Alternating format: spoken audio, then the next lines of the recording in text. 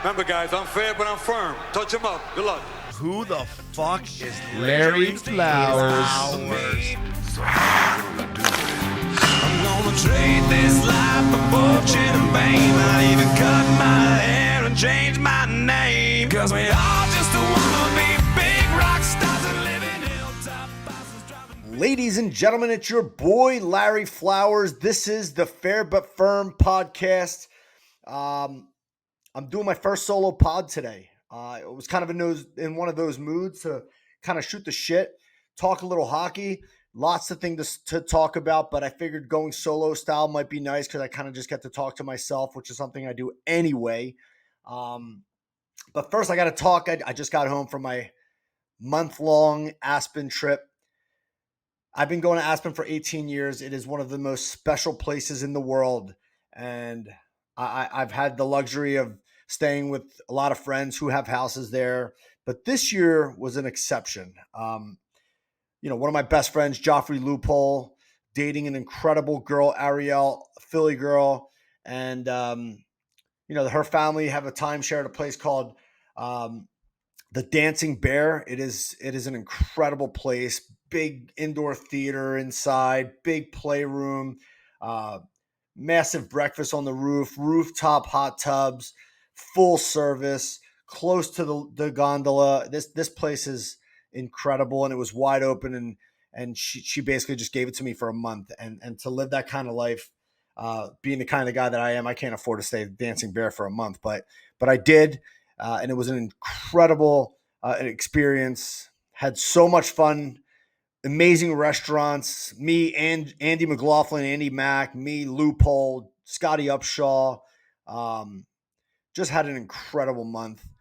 Got to go out, enjoy the mountain, enjoy the town, enjoy good friends. And now I'm back to reality, back in Los Angeles, back on the grind. And if anybody ever has an opportunity to go to Aspen, and you need any recommendations or places to go eat, some connections for some good nightlife, good concerts, let me know, DM me, and I'll be sure to get back to you. But it's an incredible place. So first thing I want to start talking about is I've got a lot of beefs with the NHL. There's a lot of things that I think that they should be changing within the league. It's kind of enough already.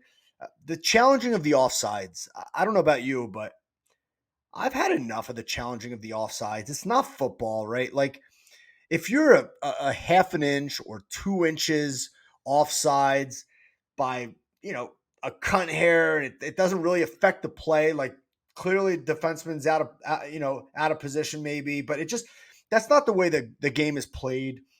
And I've always had a problem with it ever since they started challenging offsides. It breaks up the flow of the game. It's too subjective. These little inches, like that's just not the game. Like when we're talking about football and you're trying to get a first down, I get it. It's a game of inches, but that's not the NHL. And I just can't stand it anymore. And I think that's something they should get rid of. Again, it doesn't really affect the play. If a lineman is not in position and misses an inch, like again, it doesn't change the play. Like the NHL should be promoting scoring. It's not something. It's not like an obvious penalty where you take a guy down, it's a turnover, and then it turns around and boom, you score a goal. Like offsides are brutal when they're challenging offsides and they're by an inch or so. I get it. Sometimes they're obvious, but I just think they break up the flow of the game, and I'm personally not a big fan of it. And the other thing is I constantly look at the seedings and the standings in the NHL, and for years now, when they've gone to this top 3 from each comp or division, and then the 2 wild cards, and they do this because they want rivals to play each other again in the first round. I think that is the biggest waste of time. I think it's a complete joke that they do that. I think to have rivals potentially playing each other in conference finals is significantly more exciting. And I get why they were kind of trying to figure this playoffs format out, but I think it's so stupid. I don't know why they don't go back to 1 through 8. That's the whole point of the regular season, if you ask me, right? Like if you're the 1 seed, you should play the 8 seed. And then after each round, it reseeds. That way the team that had the best record at the end of the season gets to play the lowest seeded team, which makes common sense. And I don't know why the NHL has gone away from common sense, but it's so simple to figure that out. Like, go to 1 through 8. It's way better. You don't know who you're going to play. It's more exciting. And honestly, it's more fair, which is probably the most important thing. Like, I'm not that guy that rah-rahs around talking about, oh, well, I want things that are fair. But no, man, if you win the regular season, you're best team in the conference, you should be playing the worst team every year. That's what you play the season for.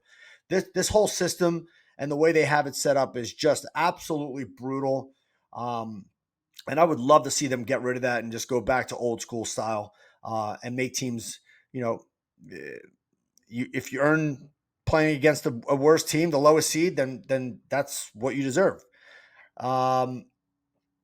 Let me talk for a second about this goal by O'Connor, when the Flyers played the Colorado Avalanche. It was the first goal of the game. And this is something else that bothers me about the NHL because, they're trying to bring in these, they focus so much on these challenges and it slows the game down. Well, O'Connor clearly lifted his skate and kicked or redirected the puck. Now, his skate was a good 1-2 feet off the ice. The shot came from the point. It was deflected, and then he lifted his skate right off his skate blade and beats, I believe it was Urson. I just can't believe that the NHL reviewed the play and didn't take the goal away. I just don't understand. A kid got killed in England this year because of a high skate. Now, obviously, it's not the same play, and I'm not comparing them, but the game of hockey is played on the ice. Skates are on the ice. You're playing with a skate blade. The kid clearly lifts his skate, blades in the air, deflects the puck in a forward motion. It doesn't make any sense that they would allow that goal. It's like you're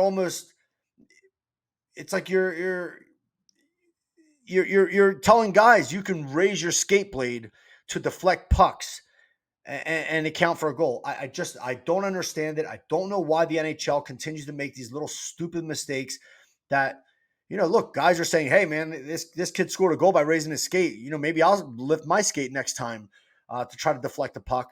And you never know. Some guy might be diving, trying to block a shot. All of a sudden, the skate blade goes up, slices him in his face. That's serious to me. I get it. It's a violent game, and I'm a big fan of keeping it, physical and keeping it a man's game. But to allow guys to raise their skate blade to redirect a shot is so, it's just so wrong on so many levels. It really bothered me. Again, it just bothered me really because you really, if you really care about the players, then you can't let guys, we're talking about skates with sharp blades lifting off the ice to try to deflect pucks. It doesn't make sense to me. It's very disappointing. And I'd like to see the NHL do a better job of monitoring stuff like that. Let's talk about our boy, Owen Tippett, Philadelphia Flyers forward.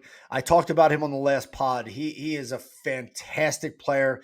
I've told a lot of my friends about him in the past few years that I think he's going to be tremendous talent.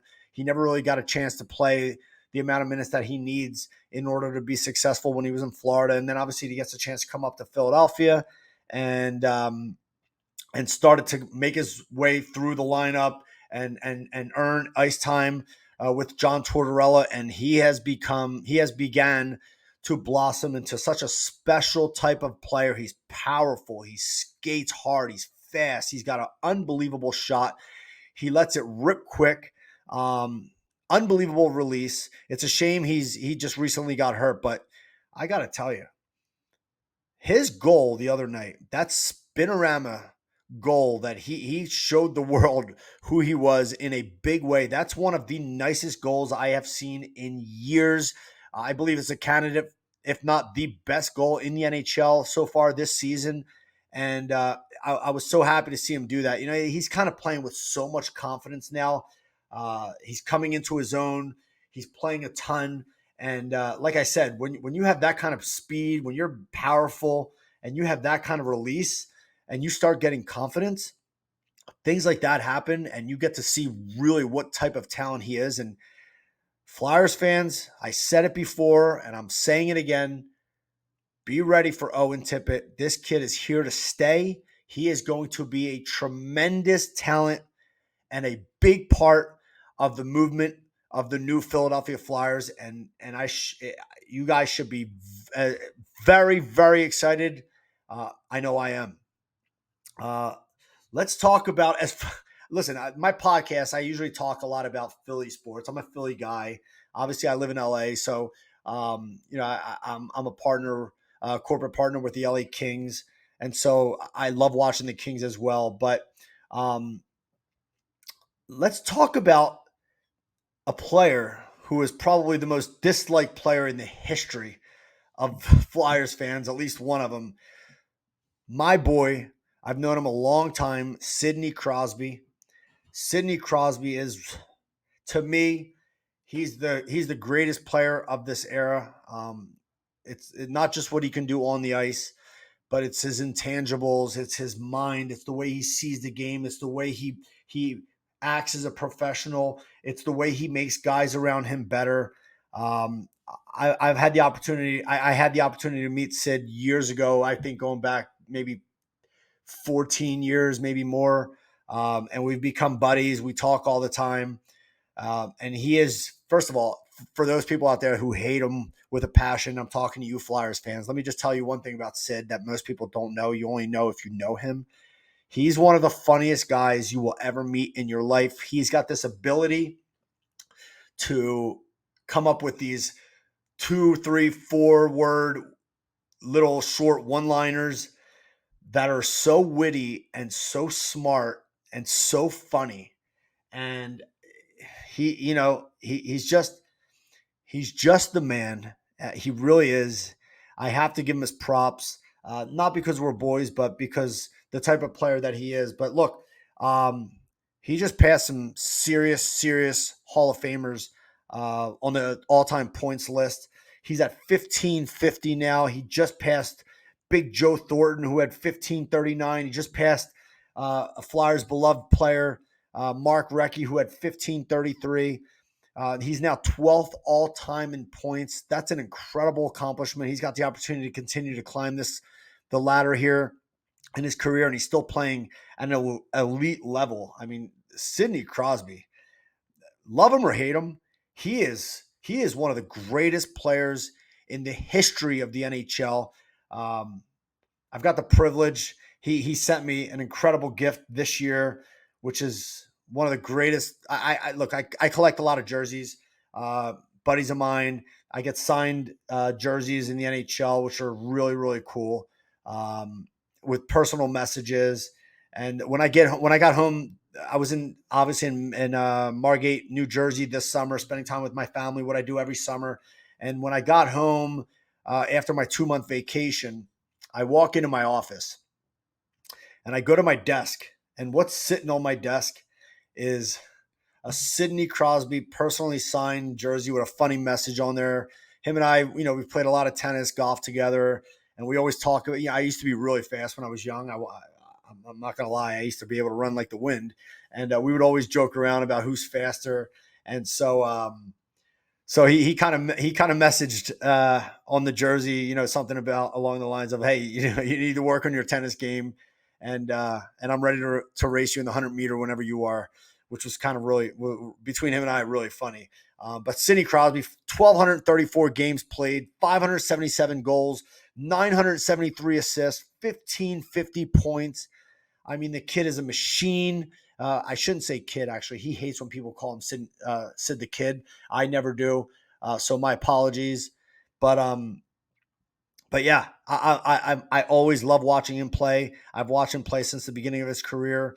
Before I knew him, I was one of those crazy Flyers fans that used to talk a lot of shit. But, you obviously grow up and you get to know some of these guys and you realize they're incredible people. And he's exactly that. So, Sid, congratulations. Keep doing your thing, bud.